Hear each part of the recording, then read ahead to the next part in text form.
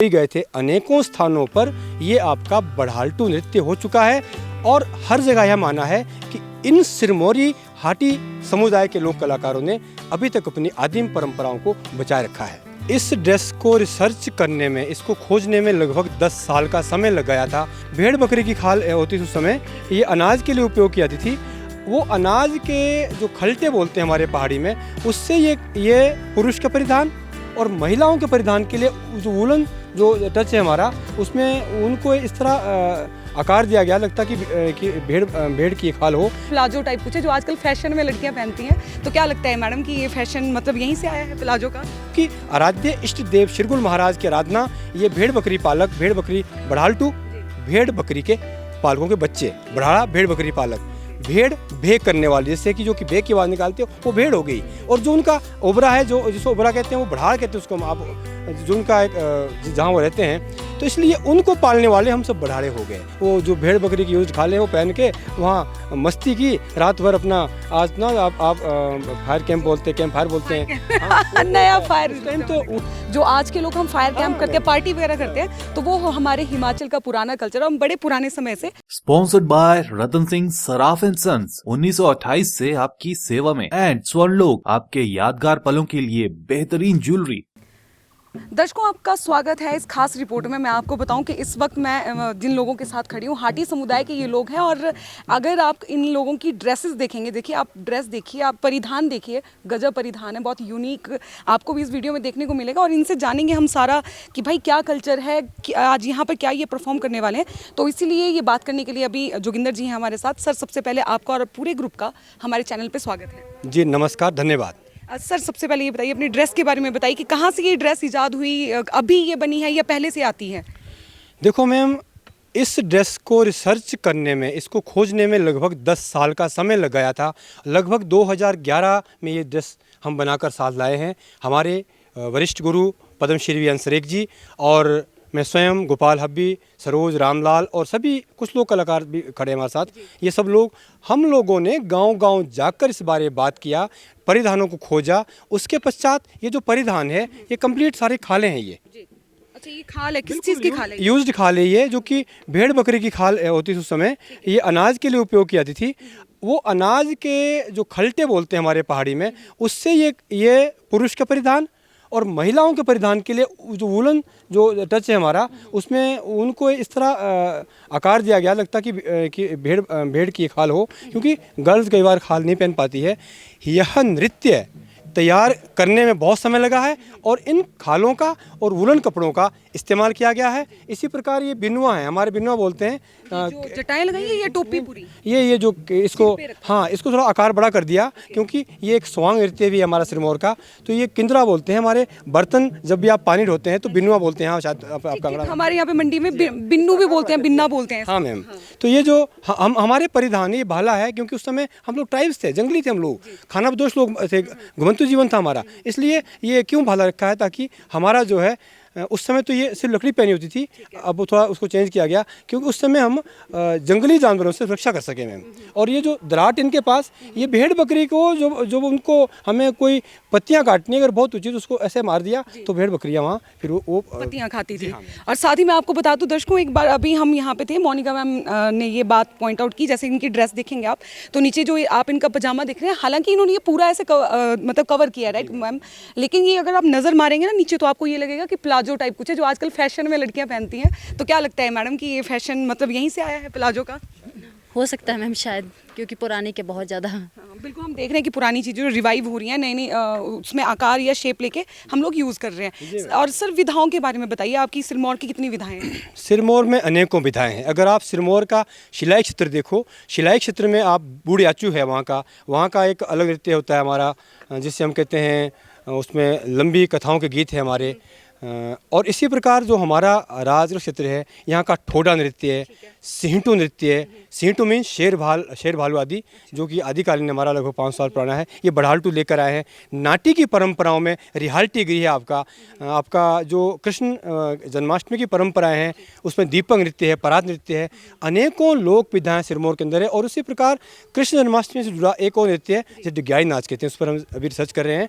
8 साल हो चुके हैं, अभी और भी काम चला है उस पर। डगियाई नाच में क्या होता है सर, क्यों? डगियाई नाच में सभी लोक कलाकार जो है भांति भांति की शक्लों, भयानक शक्लों के मुखौटे पहनते हैं और नृत्य करते हैं, क्योंकि वो नृत्य मंदिर परंपराओं से है। इसी प्रकार सिंटू का संबंध जो है दीपावली और एकादश से जुड़ा है, जो कि आज केवल पूरे हिमाचल के अंदर केवल जिला सिरमौर में सिंटू नृत्य किया जाता है। लेऊ और मटलोड़ी में एकादश और दिवाली के दिन वो नृत्य हमने भी कुल्लू में किया था, सदन में पेश।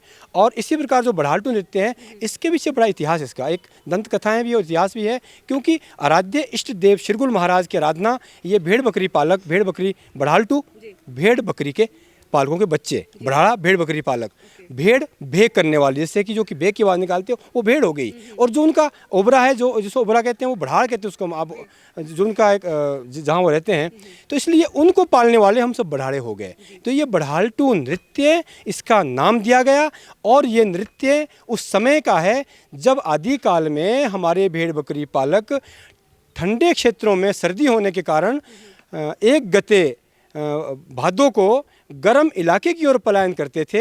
उस रात्रि को, उससे पूर्व रात्रि को वो सभी भेड़ बकरी पालक इकट्ठा होते थे, आराध्य इष्ट देव की आराधना करते थे, बड़ा घेना लगाकर, लकड़ी का बहुत सारा अलाव लगाकर, और वहाँ रात भर घेने के रोट बोलते हैं, ऐसी रोटी जो कि चूल्हे पर ना बन के घेने में बनती है, उसी में पकती है।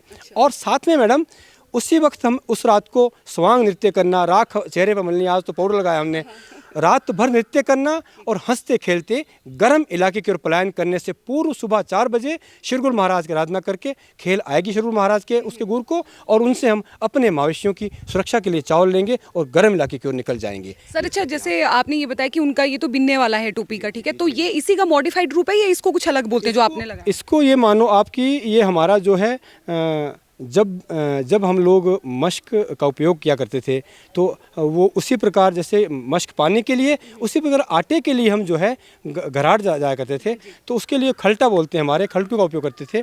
तो मैम उसी को हमने एक स्वांग नृत्य के रूप में उसी खलटू में लीरे निकाल के, क्योंकि उस समय कुछ ना तो पाउडर था ना हमारे पास कुछ और साधन थे, इसलिए राखमली वो जो भेड़ बकरी की यूज खा ले वो पहन के वहाँ मस्ती की रात भर अपना। आज ना आप फायर कैंप बोलते, कैंप फायर बोलते हैं। नया फायर।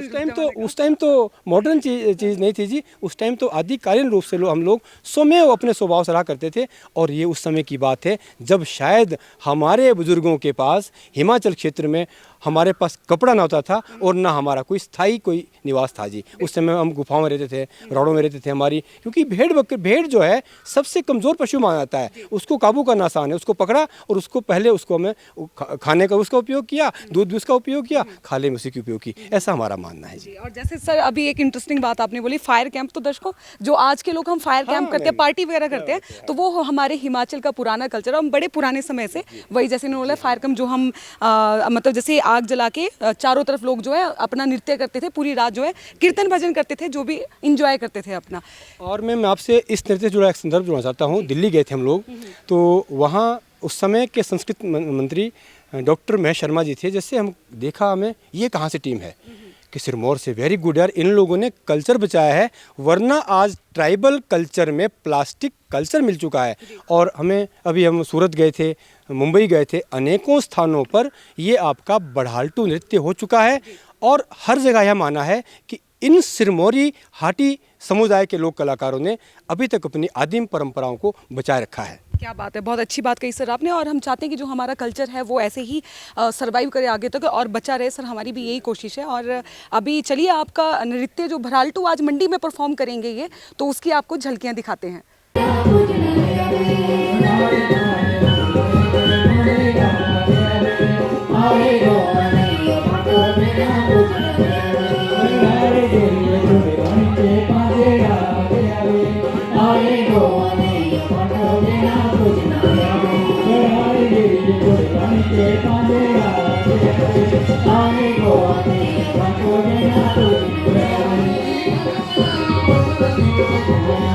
भेड़